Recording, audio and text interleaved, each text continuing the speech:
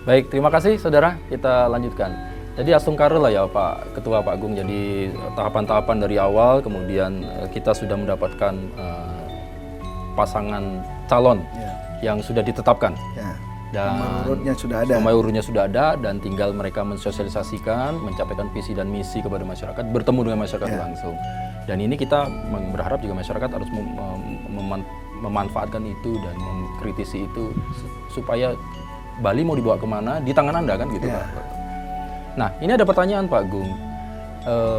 Mereka ini selain tadi ada dialog internal, bahkan ada tadi pengerahan massa boleh di 2 kali tempat, yang meriah. Kemudian apakah masih ada, seperti kalau kita berkaca kepada Pilpres, itu kan ada pasangan-pasangan calon ini debat visi dan misi. Itu bagaimana menjawab pertanyaan masyarakat? Ya, jadi kita sedang menyusun sekarang akan rapat dengan tim kampanye dalam rangka debat ini. Kita khusus rapatkan itu ya. Jadi pemirsa Kompas Dewata TV, saya ingin mengembalikan pola debat itu seperti leluhur-leluhur kita. Ya, jadi kita lihat bahwa kita dulu itu menentukan calon pemimpin itu ya di Balai Banjar lah, duduk bersila, ngobrol dengan hati yang tenang, tidak ada sorak-sorai yang akhirnya menyebabkan panas dan lain sebagainya. Apalagi kalau di Bali sampai nunjuk-nunjuk gitu kan, bisa sampai ke rumah nanti ya. Maka itu kita coba polakan, nanti debat itu akan kita lakukan 3 kali. Ya. Nanti kesepakatannya apakah mereka berpasangan terus atau bupatinya, wakil bupatinya atau gubernurnya, wakil gubernurnya baru nanti berpasangan sekali. Nah, ini kita akan diskusikan dan kita lakukan 3 kali termasuk kabupaten kota. Jadi ada 30 kali siaran televisi langsung yang dirilai oleh semua. Jadi nanti akan saya persyaratkan semua televisi yang mau kerjasama dengan KPU, ya, salah satunya misalnya Kompas TV gitu, harus membawa beberapa lagi, ya, mungkin dirilai atau di oleh medsos, ya, atau online itu, ya. Jadi sehingga tidak hanya di TV, bisa lihat di handphone, ya. Jadi semuanya sudah bisa lah kita lakukan sekarang. Dan itu polanya sekali lagi kita polakan tradisional. Jadi tidak ada lagi yang teriak-teriak, sorak-sorai itu tidak ada. Di Bali saya tidak mau hadirkan itu. Yang ada hanya pasangan calon dengan moderator, ya, atau pembawa acara lah. Nanti pembawa acara ini akan menyampaikan pertanyaan-pertanyaan dari, ya, tim-tim ahli yang kita sebut panelis. Ya, pada saat debat rata-rata antara 5 sampai 10 orang panelisnya. Nanti disepakati oleh mereka juga. Dia akan menyusun dan meramu pertanyaan-pertanyaan. Iya, mereka meramu pertanyaan dalam 3 tema debat yang berbeda. Ya, disitulah masyarakat silahkan. Saya akan upayakan masyarakat Bali, saya ingin upayakan supaya semuanya bisa ditonton. Jadi tidak ada yang nabrak-nabrak. Ya, sehingga orang Bangli kayak saya bisa melihat calon di Badung, oh bupatinya di situ seperti itu. Jadi kita nggak seperti kata dalam tempurung, ya. Jadi semua bisa dilihat, oh gubernur kita bagus ini misalnya, bupati kita jauh lebih bagus dari bupati sana, kok gini ya. Akhirnya membuat ini sebagai pembelajaran politik. Ini penting. Iya betul. Jangan sampai euforianya saja. Baliho-baliho spanduk aja, tetapi isi demokrasi itu kan di situ. Kita menentukan calon dari visi-visi mereka. Kalau yang di baliho spanduk itu kan enggak berbicara. Kan? Jadi itulah anak-anak muda perlu yang ini. Karena kemarin setiap saya sosialisasi, Mas Bambang, saya dibilang begitu terus. Pak Ketua, saya hanya ingin mendapatkan visi misinya, coba diberikan TikTok atau apa yang lain, medsos yang lain, dalam konteks 2 menit saja memaparkan kenapa dia harus dipilih. Kan saya ada reference katanya. Loh, itu permintaan 56% pemilih loh. Ya, milenial. Anak muda ini. Ya, jadi sebenarnya kita dorong ke arah situ. Dan saya pastikan teman-teman ataupun masyarakat di Bali akan menonton, mudah-mudahan bisa begitu. Tapi kalaupun nabrak-nabrak dikit nggak apa-apa, kan di handphone satu, di ini masih bisa lah. Tapi mohon maaf karena memang jumlahnya banyak. Jadi ada 30 kali siaran langsung. Debat begini.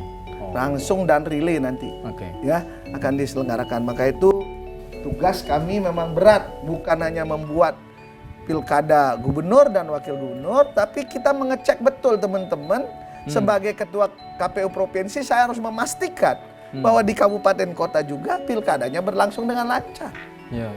Ini Tapi berat. Ada kritis dari masyarakat juga, Pak, kadang-kadang pertanyaan kurang dalam. Jadi kami akhirnya pemimpinnya jadinya jawabannya kayaknya sebatas itu. Ini ada antisipasi? Iya, panelis. sebenarnya inilah Mas Bambang. Oh, Saya iya, sebenarnya ingin mengajak para kandidat bukan hanya di TV, tapi langsung di kecamatan. Saya dulu punya ide itu, tapi belum bisa dilaksanakan karena memang PKPU-nya belum memperbolehkan.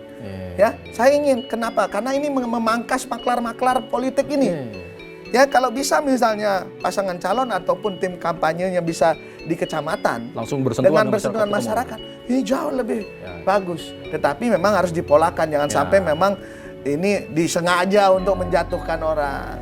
Tapi saya yakin dan percaya Bapak Ibu sekalian yang di rumah, yakinlah bahwa siapapun yang kami tunjuk menjadi panelis nanti adalah orang-orang independen yang punya karakter dan memang independen dan tentu menyuarakan apa yang ini. Misalnya saja salah satu, kalau kita membahas tentang transportasi, tentu akan di dalamnya itu ada pertanyaan-pertanyaan yang menggigit dari para panelis tadi.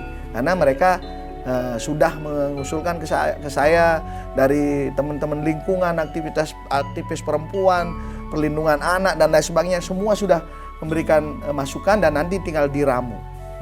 Ya, dan kami pastikan semua pertanyaan itu akan diserahkan langsung oleh tim panelis itu langsung pada saat hari H. Jadi kami nggak bersentuhan. Jadi jangan lagi dibilang KPU bocorin dan lain sebagainya, ya. Jadi kami semua dokumentasikan dan bisa dicek di audit apapun. Jadi nanti panelis itu berdebat di mana, kami sewakan ruangannya aja, semua di sana mereka berlima itu aja yang selesaikan. Nanti ketua timnya inilah yang akan membawa pertanyaan itu di hari H, ya, kepada pembawa acara, moderatornya pada saat debat. Jadi nggak ada persentuhan lagi. Jangan lagi begitu calonnya lancar menjawab, "Wah, ketua KPU ini ngomong." Nah, ini jangan lagi. Ini bisa duluin dulu. Ini biasanya komentarnya udah gitu. Pengalaman saya kayak gitu. Iya, betul. Ya, mudah-mudahan ini sudah diserap lah oleh ketua KPU dari kekhawatiran masyarakat. Nah, ini diantisipasi sudah sedemikian rupa. Jadi nanti memang kita percayakan kepada moderator, kepada panelis, yang kita berharap juga mudah-mudahan ini memang betul-betul aspirasi dari masyarakat, kebutuhan-kebutuhan dari pembangunan Bali ke depan ini yang akan menjadi salah satu materi yang akan bagaimana para paslon pemimpin kita ini menjawab itu. Dan sekali lagi tadi kan Mas Bambang bilang, gimana caranya kok rakyat bisa karena mereka punya akun medsos yang resmi. Boleh aja menanya apa, tanya aja di situ. Ya. Jadi tidak terbatas sekarang hanya di debat di TV. Jadi silakan saja. Masyarakat sudah bisa berdialog langsung dengan akun-akun resminya paslon, kan? Baik, ya, luar biasa lah. Ini mudah-mudahan ini semangat kita untuk memperbaiki demokrasi ke depan, ya. Bali terdepan dalam hal kedewasaan demokrasi dan tentunya hasil-hasilnya juga untuk kemajuan dan kesejahteraan masyarakat. Pak Ketua, mungkin di terakhir untuk episode kali ini, apa yang ingin disampaikan lagi-lagi nih selama masa kampanye ini, 2 bulan, sampai 60 hari efektif akan segera kita jalan dan supaya semua jalan baik, bagus, cita-cita, visi dan misinya nyampe, masyarakat betul-betul merasakan pesta demokrasi. Ada kebebasan di sana yang dia rasakan, tetapi juga tidak ada yang tadi sepakat, tidak ada intimidasi, tidak ada kejengahan, tapi memang ada kepatutan di sana. Apa yang ingin sampaikan pada baik, terima kasih. Jadi teman-teman pemirsa dimanapun berada, ya. Jadi saya berharap kampanye ini dijadikan ajang pembelajaran demokrasi yang benar, yang sesungguhnya gitu. Ya, jangan dibuat-buat, apalagi ditakut-takutin masyarakat. Ini kita lakukan apa adanya lah, ya. Sehingga masyarakat kita merasakan bahwa ikut di dalamnya. Pemilu yang inklusif, semua terlibat, ya. Dan masyarakat juga, ya, jangan sering mengadu domba kadang-kadang ya. Sudahlah, berikan komentar-komentar positif untuk pembangunan Bali ya. Saya yakin kedua kandidat ini akan menjaga Bali, karena kita semua harus menjaga Bali, sehingga nanti kampanye yang dilakukan betul-betul membuat kenyamanan. Sekali lagi, titik poinnya saya tekankan bahwa masyarakat Bali secara umum itu tidak mau terganggu kehidupan sehari-harinya oleh demokrasi yang hanya datang 5 tahun sekali ya. Jadi biarkan mereka dengan pilihannya, jangan ada intimidasi ya. Saatnya teman-teman menentukan pilihan sekarang. 5 tahun ke depan mau dibawa kemana?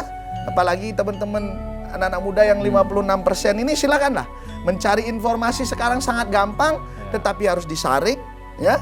Informasi hoax ya, kita akan coba untuk menanggulangi dengan beberapa kerjasama dengan beberapa stakeholder, kepolisian, Bareskrim semua, Bawaslu, Dinas Kominfo, KPU. Kita bekerja sama bagaimana agar hoax ini tidak menyebabkan di Bali utamanya ya. Kita tahu jangan sampai kejadian di luar dibawa ke Bali, diisi di Bali. Ini tolong di cross check.